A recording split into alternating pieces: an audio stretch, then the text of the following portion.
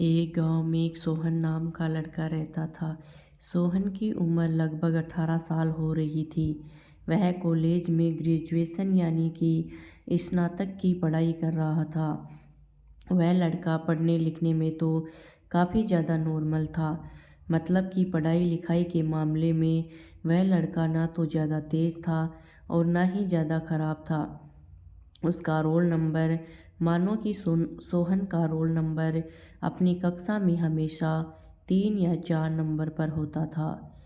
सोहन पढ़ाई लिखाई के साथ साथ प्यार मोहब्बत वाली चीज़ों पर भी काफ़ी ज़्यादा विश्वास करता था। सोहन चाहता था कि वह अपनी पूरी ज़िंदगी में किसी न किसी लड़की से प्यार करके ही शादी करेगा। जयपुर शुरुआत में ग्रेजुएशन में पढ़ाई कर रहा था तो प्रथम सेमेस्टर में उसे किसी प्रकार की कोई प्यार करने की हिम्मत नहीं हुई। लेकिन जैसे ही वह दूसरे सेमेस्टर में जाता है उसे एक लड़की काफ़ी ज़्यादा सुंदर लगने लगती है। लेकिन वह लड़की क्लास में हमेशा प्रथम नंबर पर आती थी। इसका मतलब है कि वह लड़की जिसका नाम नीतू था या हमेशा क्लास में प्रथम आती थी और पढ़ाई लिखाई करने में सोहन से भी काफ़ी ज़्यादा आगे थी।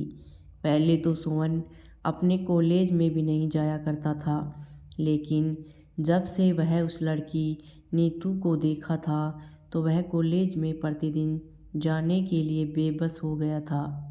उस लड़की से एक तरफा प्यार होने के कारण सोहन कॉलेज प्रतिदिन और लगातार जाया करता था, जिससे कि उसकी पढ़ाई अच्छी होने लगी थी। अब उसे और भी अच्छी तरह से समझ आने लगा था, क्योंकि अपने प्यार के सामने बेइज्जती होने के डर से वह सभी डांस और सभी लिखने वाली चीज़ें सबसे पहले ही कर लिया करता था।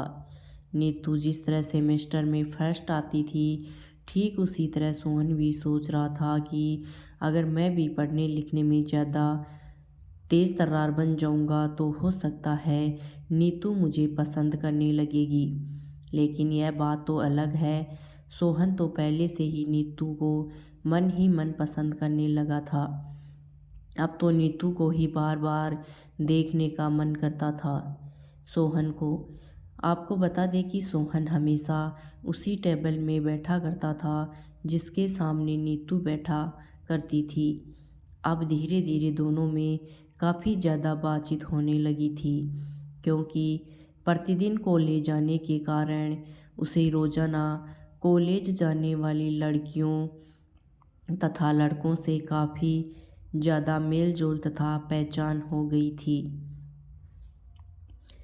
नीतू भी थोड़ा बहुत उससे बात किया करती थी, लेकिन नीतू का इरादा प्यार करने का बिल्कुल भी नहीं था।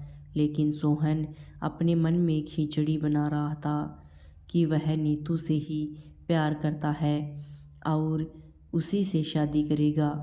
आपको बता दें कि ज़िंदगी आगे जैसी जैसे गुजर रही थी, सेमेस्टर में पढ़ाई भी वैसे ही गुजर रही थी। वैसे ही सोहन को नीतू से बिछुड़ने का दर्द भी मिलने ही वाला था, क्योंकि सोहन नीतू से एक तरफा प्यार किया करता था।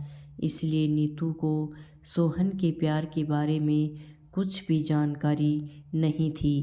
धीरे धीरे नीतू और सोहन तथा सेमेस्टर के सभी लोग अंतिम सेमेस्टर मतलब कि 6 सेमेस्टर में पहुंच गए थे। अंतिम एग्ज़ाम होने वाली थी और सोहन को काफ़ी ज़्यादा दर्द महसूस होने लगा था नीतू से बिछुड़ने का। अब तो धीरे धीरे सोहन का मन में बिल्कुल भी अच्छा नहीं लगने लगा था, क्योंकि वह नीतू से बिल्कुल भी किसी भी हालत में बिछुड़ने के लिए नहीं सोच रहा था। सोहन धीरे धीरे अब तो रोने का जैसा हालत बना लिया था, क्योंकि अब तो उन्हें यह भी लग रहा था कि महज कुछ दिनों की बात है, कॉलेज बंद हो जाएंगे, सभी की छुट्टियां हो जाएंगी। फिर अब कौन सा कॉलेज में नामांकन कराएगा, तो सभी लोग अपने अपने घर जाकर अपने अपने शहर में ही पढ़ाई करने वाले थे। ऐसे में सोहन काफ़ी ज़्यादा दुखी रहने लगा था। एक दिन जब सेमेस्टर 6 आखिरी एग्ज़ाम चल रहा था तो सभी लोगों को एक दूसरे से बिछड़ने का वक्त आने ही वाला था। उससे पहले सोहन चाहता था कि वह नीतू से बात करे कि वह उससे प्यार करता है और उसका फ़ोन नंबर वगैरह लेना चाहता था, क्योंकि उसके बाद सबसे बात करने के बारे में सोच रहा था। उस दिन तो परीक्षा का आखिरी दिन था। उस दिन के बाद से अब कोई किसी को नहीं मिलने वाला था। जैसे ही सभी लोग अपने अपने घर जाने लगे थे तो सोहन का घर काफ़ी दूर था और नीतू का घर भी काफ़ी ज़्यादा दूर था। परीक्षा ख़त्म होते ही सभी लोग अपने अपने घर की तरफ चल पड़े थे। साथ साथ नीतू और सोहन भी अपने घर की तरफ चल पड़े थे। वैसे तो पहले नीतू को लेने के लिए उसके पिताजी आया करते थे, लेकिन उस दिन एग्ज़ाम दूसरी पारी में चल रहा था और काफ़ी ज़्यादा शाम हो गई थी। हो सकता है नीतू के पापा को किसी तरह का कोई काम हो और वे लेने के लिए नहीं आए थे। नीतू को इस बात की जानकारी पहले से ही थी, इसलिए वह अपने घर जाने के लिए बस तथा ट्रेन के बारे में पता करने के लिए स्टेशन तथा स्टेशन के बगल में बस अड्डे पर पहुंचने लगी थी।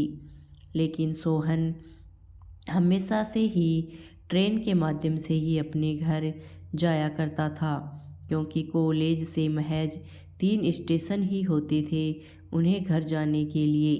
क्योंकि सोहन का घर और कॉलेज मात्र 15 किलोमीटर की दूरी पर ही थी, लेकिन बस तथा ऑटो में किराया ज़्यादा होने के कारण वह हमेशा ट्रेन से ही सफ़र किया करता था।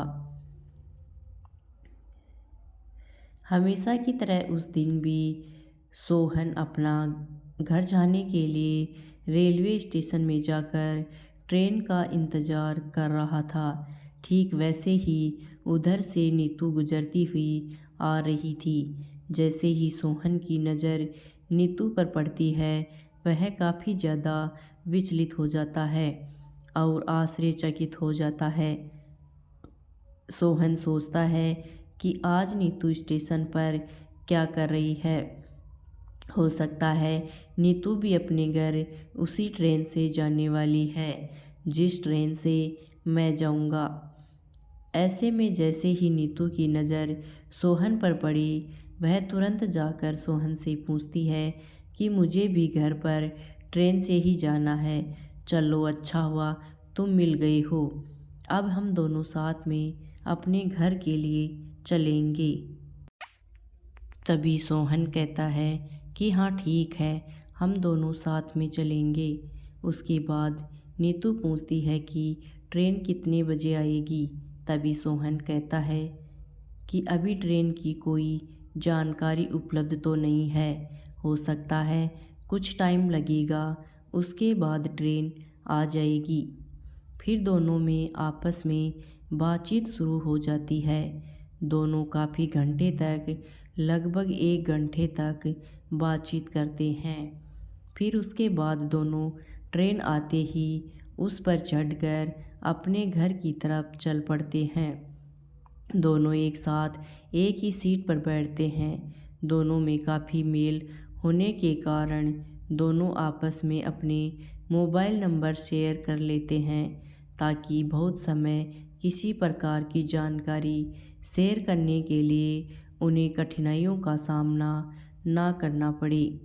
घर जाते ही उसके 1 दिन बाद दोनों आपस में बातचीत करने के लिए मोबाइल फ़ोन पर बात करते हैं। दोनों में काफ़ी अच्छी मित्रता हो गई थी। कॉलेज के बाद दोनों अपने घर में बोर हो जाते थे। दोनों बातचीत करके अपना अपना मन बहलाया करते थे।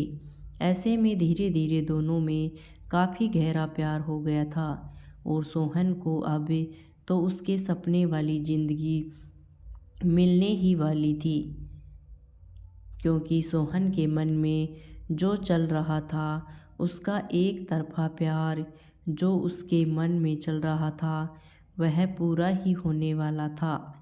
बात करते करते करीब 1 साल बीत जाने के बाद दोनों में काफ़ी ज़्यादा प्यार हो गया था। वह शादी करने के लिए राज़ी हो गए थे। तभी दोनों के घर वाले एक दूसरे से मिलते हैं और शादी की बात करते हैं। फिर शादी करके दोनों नीतू और सोहन एक साथ खुश रहने लगते हैं। तो दोस्तों, आपको हमारी ये कहानी कैसी लगी? अगर कहानी अच्छी लगी तो वीडियो को लाइक शेयर ज़रूर करें तथा हमारे चैनल को सब्सक्राइब करें। धन्यवाद।